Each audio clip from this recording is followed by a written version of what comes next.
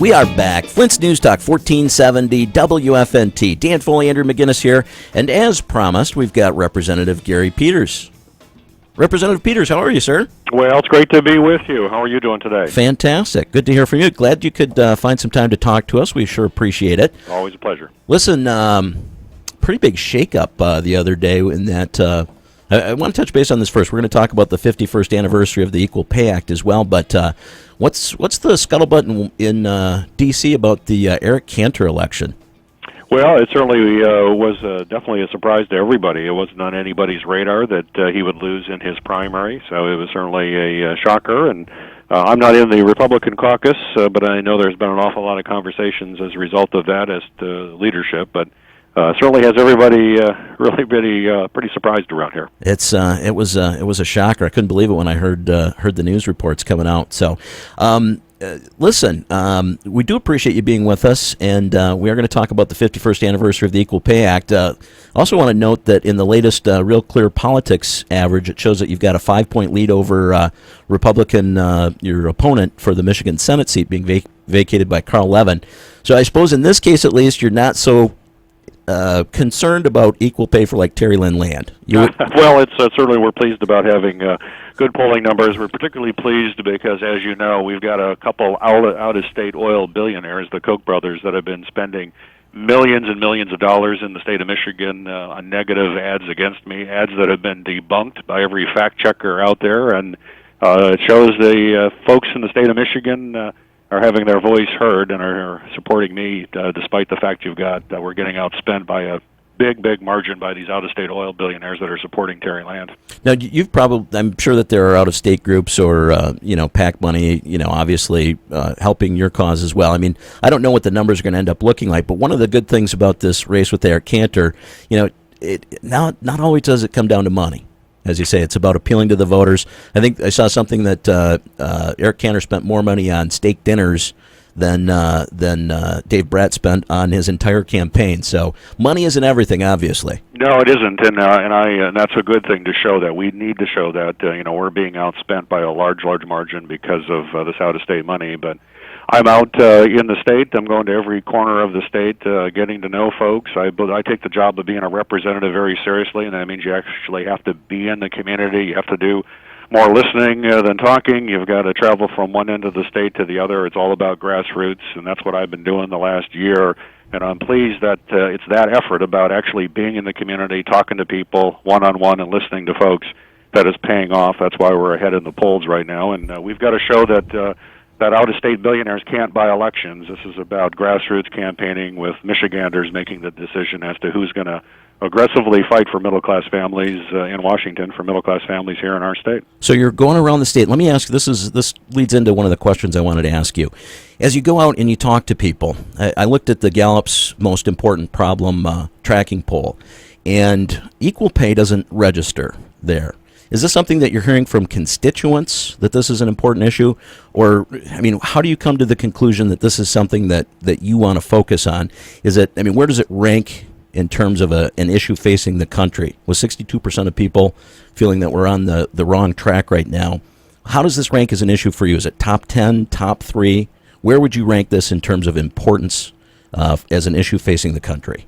Well, I think you have to look at this as a top issue, and it fits in really with what I hear. As I travel all across the state of Michigan, the number one issue for folks is jobs, the economy, and making sure that they can have a job that pays them a salary where they can live a middle-class lifestyle, and that's certainly under threat right now. But the equal pay fits in with that number one issue, which is jobs and good-paying jobs. If you're a woman working a job, and you are not getting paid equally to the man who is in that job, who's doing basically the same thing that you are doing, but you are getting paid less, that is a very significant issue, certainly one that I care very deeply about as a husband, as a father of 2 daughters. This is a family issue. It's about making sure if family members are out there working, they should be paid equally with someone else doing the exact same job that they're doing. Do you think that people do the exact same job? It's tough to measure that sort of thing, and obviously the folks who evaluate the effort are the people who pay for the work. Do you think that it's possible for a government regulator, a bureaucracy, to come in and step in and make that decision? or is it the people who contract for the work and the people who say, yes, I'll take this job and I will accept that wage? Well, the jobs need to be paid fairly, and the way to enforce that is to make sure that there's some transparency as to what folks are getting paid. And so that's basically the bill that was before the Senate. It's a Paycheck Fairness Act, which just says that if you're working a job, you can find out what the person doing basically the same job you're doing, what they're getting paid. If they're sitting next to you, you should have an idea of what they're getting paid, and if it turns out the man who's sitting next to you is getting paid considerably more than you are as the woman, even though you're doing the exact same job, then you can take some action. But that's why it's important to just bring transparency. Right now it's often very difficult to know. And if you don't know, there's no way you can enforce the law. Do you think that,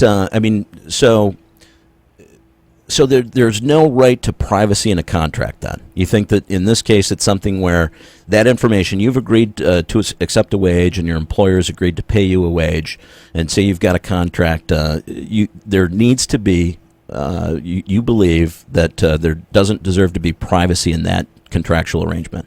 Well, I mean, if you're talking about a job that two individuals are doing, I think people have the right to know that they're getting paid equally or they're being paid in a fair way. To me, that's important to middle-class families and families to know that they're being held to an equal standard to a co-worker. And good contracts means there's fair transparency. The people know what they're entering into, and it's done on a fair basis. And if we start saying we don't care about fairness, we care about secrecy more than fairness, I don't think that's really good for our country. Listen, I'm sure you probably have heard this as well. And even, when it was brought up with respect to fairness, and the president brought this up a couple of months ago, and there's been a focus on this for some time. And right away, people started to focus on the 77 cents on the dollar thing. And there was some blowback because people investigated and found that even those working for the president, there was, I think it was 85 cents on the dollar. And Jennifer Rubin in the Washington Post shared information from the National Republican Senatorial Committee after they started looking at pay rates. So they take this seriously, and they're looking at the differences in pay among staff. And according to Jennifer Rubin, in your office, women earn 67 cents for every dollar that a man makes. Is there a wage gap in your office?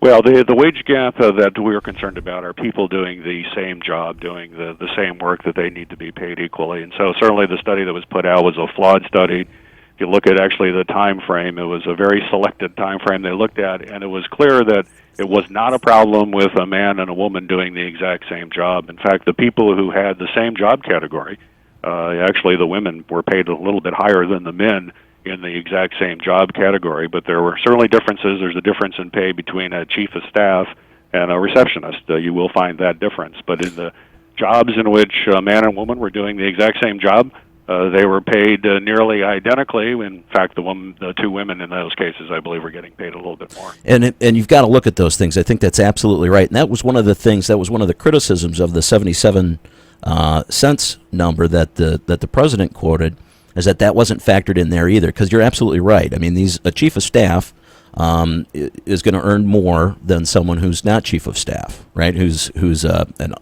assistant, someone who's a coordinator, at the grassroots level. Obviously, they're going to make less. But what I'm asking is, I mean, how do you?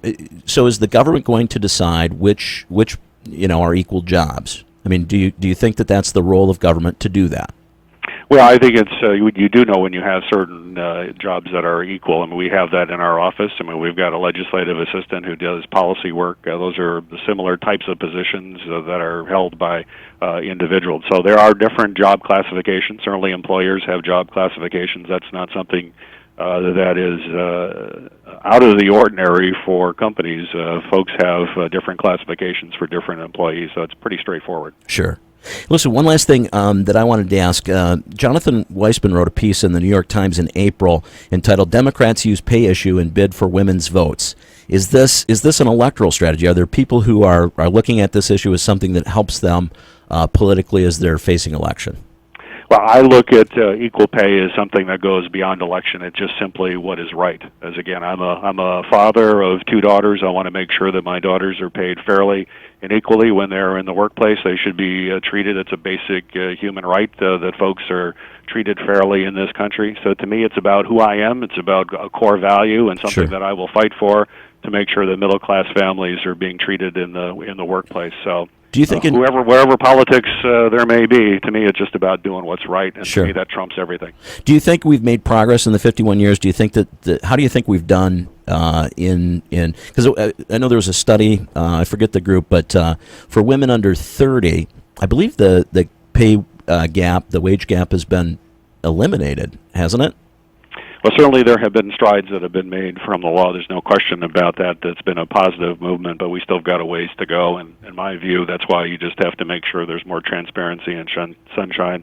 To me, openness, not being hiding behind any kind of secrets, is always the best way to make sure we have a fair society. Transparency, they say, sunshine disinfects an awful lot. It's a so good bringing thing. Sunshine into it is good. That's why the Paycheck Fairness Act is so important that we pass here in Congress. Fantastic. Representative Peters, Andrew McGinnis had a question for you as well. Hi, how are you today? I'm well, Andy. How are you doing? I'm doing good. I just wanted to bring up really quickly that, it's really difficult to compare a man's career to that of a woman, primarily because a woman tends to take a lot more leaves of absence for, say, having kids. And there was a study done, I believe it was in the Washington Post also, that for those women who do not take those leaves of absence, they actually make about 91% the wage of a man. And we kind of addressed this as well. There have been strides made, so I mean, it does look like, and I think this was one of the things you were talking about with Terry Lynn Land mentioned something about flexibility. Women do take, it's different in terms of what they're looking for from a career and job choices and that sort of thing, but that's part of taking into account the different choices that people make, correct? Well, certainly if you're looking at pay differences, you may see differences with seniority. If someone Sure. has been on the job a lot longer than somebody else, I think we all agree that there's some fairness to rewarding seniority and longevity. I don't think that's something that's being undermined. I mean, that's part of the merit payment Sure. system. But the folks do want flexibility, but you also want to have equal and fair pay. I do not believe that those are mutually exclusive. Certainly, we all would like to have flexibility in our jobs Sure. to be able to deal with issues, but that doesn't mean we should have to take a cut in pay because we need to go and take our son or daughter to the doctor. Yeah. I think we'd like to have that kind of flexibility, but we still need to pay the bills. You still got to put food on the table. You still got to pay the medical bills. Those things are not mutually exclusive. I think we're setting up a false choice, and that's simply unacceptable. And it's unacceptable that women have to take a back seat because for whatever reason. They should not. They need to be treated just as fairly as a man. We've got to have fairness in our system, and we should fight for that and expect nothing less. Representative Peters, we really appreciate your time. Thanks so much for talking with us this morning. My pleasure. Always good to be with you. Have a great day. Thank you, sir. You too. Flint's News Talk, 1470 WFNT. Dan Foley here, Andrea McGinnis. We just spoke with Representative Gary Peters. We're going to take a break.